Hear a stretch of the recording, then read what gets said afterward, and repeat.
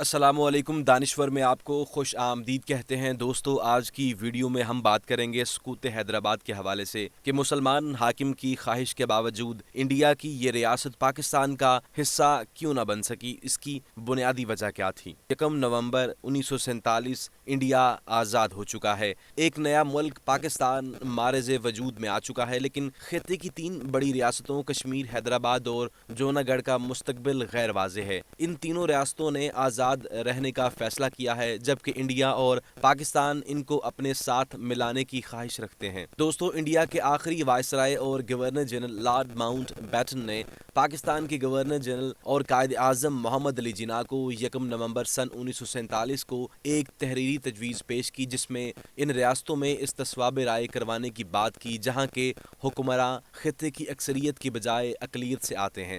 ہرچند کہ یہ پیشکش بنیادی طور پر کشمیر کے لیے تھی، لیکن انڈیا کے ماہر قانون اور کشمیر، حیدرآباد اور جونا گڑھ پر 3 مختلف کتابوں کے مصنف اور تجزیہ نگار AJ نورانی کا کہنا ہے کہ محمد علی جناح نے تنازع کے پرامن حل کا ایک بڑا موقع گنوا دیا اور ان کے ہاتھ کچھ بھی نہیں آیا۔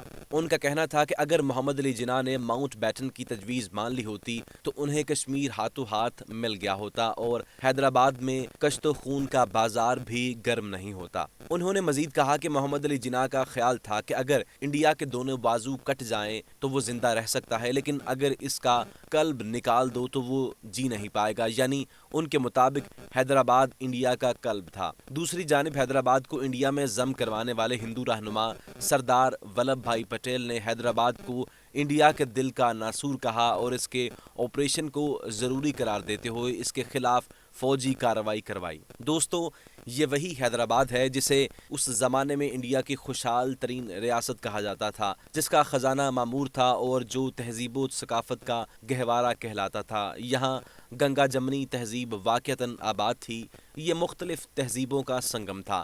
اس کے آبائی باشندگان مختلف زبانیں بولنے والے تھے۔ اگر ایک بڑا طبقہ تیلگو زبان کا حامل تھا تو دوسرا کنٹر بولتا تھا، جبکہ ایک علاقے میں مراٹھی بولنے والے تھے، اور ان سب کو اردو زبان جوڑتی تھی، جسے 19ویں صدی کے اواخر میں ریاست کی سرکاری زبان قرار دیا گیا تھا۔ یہ برصغیر کا وہ واحد خطہ تھا جہاں انگریزوں کے تسلط کے بعد بھی اردو زبان ترویج و اشاعت جاری تھی اور شعراء و ادیب کی پذیرائی کی جا رہی تھی۔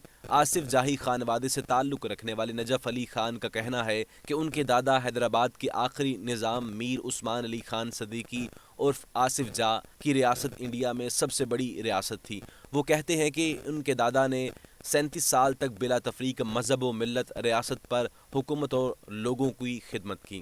نظام حیدرآباد کے نام سے معروف عثمان علی خان اپنے زمانے میں دنیا کے امیر ترین شخص تھے، جن کی دولت کا تخمینہ تقریباً 250 ارب امریکی ڈالر لگایا جاتا ہے۔ ان کے پاس زر و جواہرات کا وسیع خزانہ تھا، جس میں 20 کروڑ امریکی ڈالر مالیت کا ایک 185 کیرات کا جیکب ہیرا بھی تھا، جسے وہ پیپر ویٹ کے طور پر استعمال کرتے تھے۔ تاہم رواں سال 2 اکتوبر کو نظام حیدرآباد کے وارثوں اور انڈیا کے حق میں 3.5 کروڑ پاؤنڈ کی خطی رقم کا فیصلہ ہوا، جو کہ حیدرآباد کی انڈیا میں ضم کیے جانے سے قبل برطانیہ میں پاکستانی ہائی کمشنر کے بینک اکاؤنٹ میں منتقل کر دی گئی، اور اس وقت سے وہ وہیں جمع تھی، جبکہ اس کے متعلق مقدمات جاری تھے۔ دوستو، نظام حیدرآباد کے خانوادے سے تعلق رکھنے والے اور وراثت کے سلسلے میں 36ویں نمبر پر آنے والے نواب نجف علی خان کا کہنا ہے کہ 17 ستمبر 1948 کے حملے کا زخم بہت گہرا ہے اور ابھی تک تازہ ہے۔ وہ یوم آزادی نہیں بلکہ قتل عام کا دن تھا، جس کے اثرات آج تک محسوس کیے جاتے ہیں۔ دوستو، اگر ابھی تک آپ نے ہمارے چینل دانشور کو سبسکرائب نہیں کیا تو آپ سے ریکویسٹ کرتے ہیں کہ ہمارے چینل دانشور کو سبسکرائب کرتے ہوئے ساتھ موجود بیل آئیکن کو دبا دیجئے، تاکہ آنے والی جو مزید ویڈیوز ہیں آپ کو وقتاً فوقتاً ملتی رہیں۔ تو دوستو، ویڈیو کو آگے بڑھاتے ہیں اور آپ کو بتاتے ہیں کہ انڈین حکومت حیدرآباد کے حملے کو پولیس ایکشن کہتی ہے، جسے آپریشن پولو بھی کہا جاتا ہے۔ انڈین حکومت کے مطابق یہ پولیس ایکشن ناگزیر تھا، لیکن حیدرآباد کے سکولر سید علی ہاشمی نے اس کے جواب میں ایک کتاب اسی عنوان سے لکھ ڈالی ہے کہ اس حملے سے بچا جا سکتا تھا اور اس سے گریز ممکن تھا۔ انہوں نے لکھا کہ انڈیا میں برسر اقتدار گروپ یعنی انڈیا کے حکمران ایک ترقی یافتہ ریاست کو ہر حال میں انڈیا میں ضم کرنا چاہتے تھے۔ دوستو، یہی سوال جب سقوط حیدرآباد پر تحقیق کرنے والی پروفیسر اور حیدرآباد کے سینٹ اینز کالج میں صدر شعبہ تاریخ ڈاکٹر اوما جوزف سے کیا گیا تو انہوں نے بتایا کہ ایک بار جب حیدرآباد اور انڈیا کے درمیان معاہدہ امتناع طے پا گیا تو اس کے تحت حیدرآباد کو اپنی خارجہ پالیسی انڈیا کے حوالے کرنی تھی اور انہیں کسی دوسرے ملک سے براہ راست تعلق نہیں رکھنا تھا۔ لیکن نظام نے معاہدے کی پوری طرح خلاف ورزی کی۔ وہ بہت تیزی سے حیدرآباد میں اسلحہ جمع کر رہے تھے اور پاکستان کے ساتھ مستقل رابطے میں تھے، یہاں تک کہ وہ اس خیال کو بھی پال رہے تھے کہ حیدرآباد پاکستان کا حصہ ہو سکتا ہے۔ انڈیا کے لیے یہ بڑی تشویش کی بات تھی کہ اگر حیدرآباد پاکستان میں شامل ہو جاتا ہے تو یہ انڈیا کے بیچوں بیچ ملک کے لیے مستقل پریشانی کا سبب ہوگا۔ ڈاکٹر اوما جوزف نے بتایا کہ یہ کسی طرح قابل عمل نہیں تھا۔ جب مشرقی اور مغربی پاکستان زیادہ دنوں تک ایک ساتھ نہیں رہ سکے تو حیدرآباد کیسے رہ سکتا تھا، کیونکہ وہ تو انڈیا کے بالکل درمیان میں تھا۔ اس لیے سردار پٹیل نے حیدرآباد کو انڈیا کے پیٹ میں السر سے تعبیر کیا تھا۔ حیدرآباد کی اس وقت کی صورتحال پر تبصرہ کرتے ہوئے اپنے زمانے کے ممتاز عالم سید ابو العلی مودودی نے اپنے رسالے ترجمان القرآن کے سن 1948 کے 5ویں اور دسمبر کے شمارے میں لکھا، تقسیم کے بعد حیدرآباد انڈین یونین کے گھیرے میں آ چکا تھا، اس لیے نہ باہر سے کوئی بڑی مدد اس کو پہنچ سکتی تھی اور نہ ہی اندر اس کا کوئی امکان تھا۔ ان حالات میں کوئی ہوش مند انسان یہ امید نہیں کر سکتا تھا کہ وہاں 85% غیر مسلم اکثریت پر 15% مسلم اقلیت کا وہ غلبہ اقتدار برقرار رکھا جا سکتا ہے جو پہلے بالکل مختلف حالات میں قائم ہوا اور رہا تھا، اور کسی مرد عاقل سے یہ بات بھی چھپی نہیں رہ سکتی کہ حیدرآباد انڈین یونین سے لڑ کر اپنی خود مختاری قائم نہیں رکھ سکتا۔ دوستو، دانش مندی کا تقاضا یہ تھا کہ مسلمان کشمکش، مزاحمت اور جنگ کے بجائے اپنے مستقبل کے لیے کوئی ایسی راہ تلاش کرتے جس میں وہ کامل تباہی سے بچ بھی سکتے اور آئندہ اپنی اخلاقی و دینی حالت کو بہتر بنا کر کوئی نتیجہ خیز جد و جہد کرنے کے مواقع بھی انہیں حاصل رہتے۔ لیکن جن لوگوں نے ایسی کوئی راہ سوچی اور بتائی وہ مسلمان کو دشمن نظر آئے۔ انہوں نے اپنی رہنمائی کے لیے ایسے لوگوں کو پسند کیا جو اندھے جوش، کھوکھلے نعروں، جھوٹی توقعات، غلط امیدوں، بے بنیاد آرزوؤں اور بے زور لاف و گزاف کے ذریعے سے ان کے غرور و نفس کو فی الوقت تسکین دے سکیں۔ وہ اس آواز پر مر مٹے کہ کوئی دلی کے لال قلعہ پر آصف جاہی جھنڈا گاڑ دینے کی بات تو کرتا ہے۔ اس نشے میں 40 لاکھ کی پوری آبادی مست ہو گئی۔ کوئی یہ سوچ کر اپنے وقتی اور لطف کو کرکرا کرنے پر راضی نہ ہوا کہ آخر یہ کام ہوگا کس طرح۔ سب کی سب آنکھیں بند کر کے اس لاف زنی کے پیچھے چل پڑے اور اپنی قسمت پر ناز کرنے لگے کہ اسے گئے گزرے زمانے میں بھی انہیں ایسے بے نظیر لیڈر میسر آتے ہی چلے جاتے ہیں۔ دوستو، مولانا مودودی نے کسی شخص کا نام نہیں لیا لیکن نظام حیدرآباد کو بے بنیاد مشوروں سے نوازنے والوں کو نشانہ بنایا۔ دوسری جانب اے جے نورانی نے قاسم رضوی اور لائق علی کے ساتھ محمد علی جناح کا نام لیا۔ قاسم رضوی کی شعلہ بیان تقاریر نے نظام حیدرآباد کو اتنی جھوٹی امیدیں باندھ رکھی تھی کہ وہ یہ سوچنے لگے تھے کہ ایک دن نظام کا پرچم دہلی کے لال قلعے پر لہرائے گا۔ حیدرآباد میں محمد علی جناح کے کردار کے بارے میں مسٹر نورانی نے کہا، محمد علی جناح نے ہندوستان سے انتقام لینے کے لیے اپنے آدمی میر لائق کو حیدرآباد میں پروموٹ کیا، ان سے ان کے تجارتی تعلقات بھی تھے۔ محمد علی جناح نے غالباً مارچ 1947 میں حیدرآباد میں 2 لاکھ روپے کی سرمایہ کاری بھی کی تھی۔ دوستوں، مسٹر نورانی نے محمد علی جناح کے 4 اگست 1947 کے ایک انٹرویو کا ذکر کیا کہ جو دہلی کے منٹس میں شامل ہے اور حیدرآباد پر ان کی کتاب دی ڈسٹرکشن آف حیدرآباد میں بھی شامل ہے۔ کتاب میں شامل ضمیمے میں رقم ہے کہ محمد علی جناح نے کہا کہ ان کا خیال ہے کہ یہ عالی جا اور ان کے مشیروں نے انضمام کے خلاف اپنا ذہن بنا لیا ہے تو انہیں مضبوطی اور وفاداری کے ساتھ اس پر جمنا چاہیے، خواہ وہ کوئی بھی معاشی پابندی کیوں نہ عائد کرے۔ عالی جا کا اس بات پر زور ہونا چاہیے کہ آپ چاہے جو کر لیں، جس طرح چاہو دھمکا لیں، لیکن میں انضمام کے کاغذات یا یونین میں شامل ہونے پر اس وقت تک رضامند نہیں ہو سکتا جب تک میرا ضمیر نہیں کہتا۔ آپ کو مجھے مجبور کرنے کا کوئی حق نہیں اور مجھے اپنا فیصلہ لینے کا حق حاصل ہے۔ مسٹر نورانی کی کتاب میں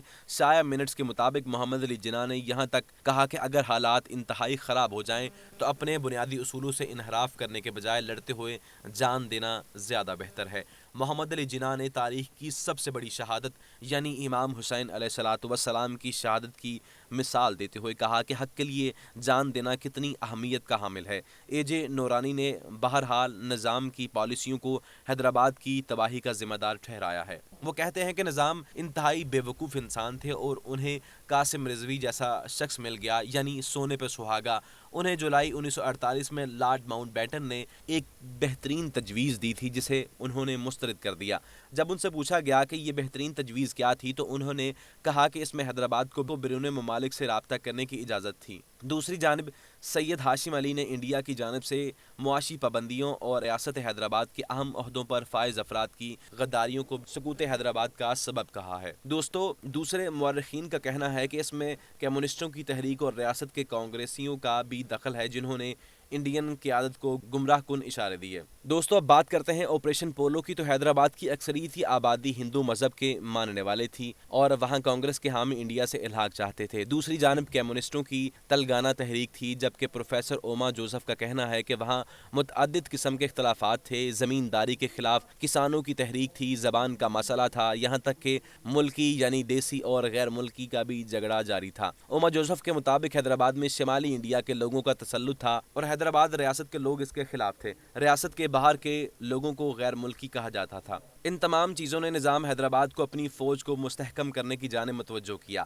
دوسری جانب تقسیم ہند سے ابھرنے والے خلفشار کے دوران یہ افواہ گشت کرنے لگی کہ نظام حیدرآباد گوا میں پرتگالیوں اور پاکستان کی مدد سے خود کو مسلح کر رہے ہیں۔ اس خبر پر سردار پٹیل نے کہا کہ انڈیا میں ایک آزاد حیدرآباد کا وجود ناقابل برداشت ہے اور اسے ختم کرنا لازمی ہے۔ چنانچہ انڈیا نے حیدرآباد کو اپنی ریاست بنانے کے لیے 36,000 مسلح فوج اتاری، جبکہ دوسری جانب نظام حیدرآباد کے پاس صرف 24,000 فوج تھی اور اس میں بھی پوری طرح سے تربیت یافتہ فوجیوں کی تعداد محض 6,000 تھی، جس میں عرب، روہیلا، پٹھان، ہندو اور دیگر مسلمان شامل تھے۔ کہا جاتا ہے کہ اس کے علاوہ ریاست کے پاس تقریباً 2 لاکھ رضاکار تھے جن کی کمان قاسم رضوی کے ہاتھ میں تھی۔ ان کی تعداد کے بارے میں کچھ کہا نہیں جا سکتا تھا کیونکہ یہ سب غیر تربیت یافتہ افراد تھے جو نظام حیدرآباد سے وفاداری کا اظہار کر رہے تھے۔ دوستو، انڈین فوج نے جنوبی کمان کے commander lieutenant general N Goddard کی سربراہی میں حیدرآباد کے خلاف مختلف اطراف سے محاذ کھول دیے۔ مغرب میں ان کا رخ وجے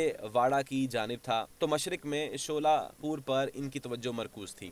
13 ستمبر 1948 کو حیدرآباد پر جو حملہ کیا گیا وہ صرف 5 دنوں میں اختتام پذیر ہوا اور 18 ستمبر کو نظام کے کمانڈر ان چیف سید احمد العدروس نے باضابطہ ہتھیار ڈال دیے۔ جب ہم نے پروفیسر اوما جوزف سے سوال کیا کہ کیا پاکستان کی جانب سے حیدرآباد کے لیے کوئی مدد نہیں آئی تو انہوں نے کہا کہ پاکستان میں ان دنوں سوگ کا ماحول تھا۔ 11 ستمبر کو بانی پاکستان محمد علی جناح کا انتقال ہو گیا تھا، اس لیے وہاں سے کوئی مدد نہیں آ سکی۔ انہوں نے مزید کہا سرکاری یا تاریخی شواہد تو نہیں ملتے، لیکن جب ہم نے بہت سے لوگوں سے انٹرویو کیا تو انہوں نے کہا کہ نظام اور ان کے بہت سے وزراء یہاں تک کہ اس وقت کے وزیر اعظم میر لائق پاکستان کے مستقل رابطے میں تھے اور انہیں امید تھی کہ اگر کوئی ایسی صورتحال پیدا ہوتی ہے تو انہیں پاکستان سے مدد ملے گی۔ انہوں نے بتایا کہ جب انڈیا کے ساتھ انضمام کی تحریک جاری تھی تو نظام نے وہاں اخباروں کی اشاعت پر پابندی لگا دی تھی، لیکن پاکستان سے شائع ہونے والے اخبار وہاں دستیاب تھے جس سے پتہ چلتا ہے کہ ان کا کتنا اچھا رشتہ تھا۔ دوستو، انہوں نے کہا کہ انٹرویوز کے دوران انہیں بہت سے لوگوں نے یہ بتایا کہ سردار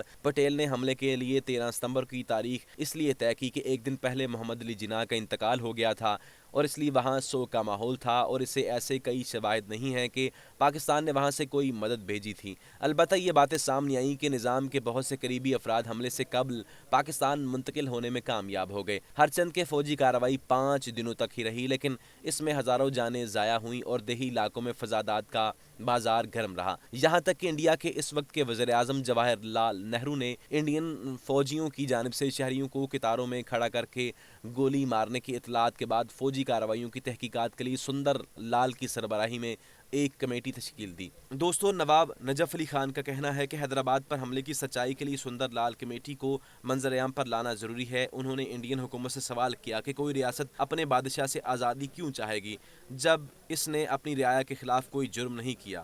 انہوں نے سوال کیا کہ حیدرآباد کو انڈیا میں ضم کرنے کے بعد نظام حیدرآباد کے خلاف کوئی مجرمانہ کارروائی کیوں نہیں رکھی گئی، اس کے برعکس انہیں وہاں کا راج پرمکھ یعنی گورنر کیوں بنایا گیا۔ دوستو، امید کرتے ہیں کہ آج کی ویڈیو آپ کو بہت ہی پسند آئی ہوگی۔ ایسے ہی ویڈیو کو دیکھنے کے لیے ہمارے چینل دانشور کو سبسکرائب کرتے ہوئے ساتھ موجود بیل آئیکن کو دبا دیجئے تاکہ آنے والی جو مزید ویڈیوز ہیں آپ کو وقتاً فوقتاً ملتی رہیں۔ آپ کا بہت بہت شکریہ۔